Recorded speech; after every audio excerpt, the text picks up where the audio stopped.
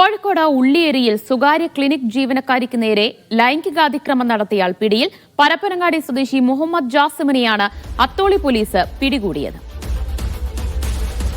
സലാം മുഹമ്മദ് വിവരങ്ങൾ നൽകും. സലാം, എങ്ങനെയാണ് പ്രതി പിടിയിലായത്?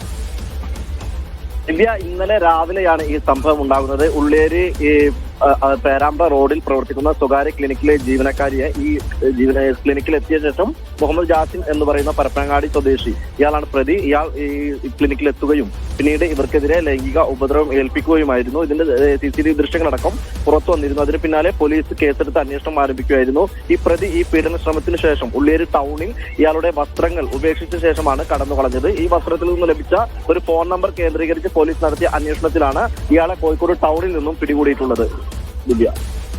ഉള്ളിയേരിയിൽ സ്വകാര്യ ക്ലിനിക് ജീവനക്കാരിക്ക് നേരെ ലൈംഗികാതിക്രമം നടത്തിയ പ്രതിയെയാണ് പോലീസ് പിടികൂടിയിരിക്കുന്നത്. വിവരങ്ങളാണ് സലാം മുഹമ്മദ് നൽകിയത്.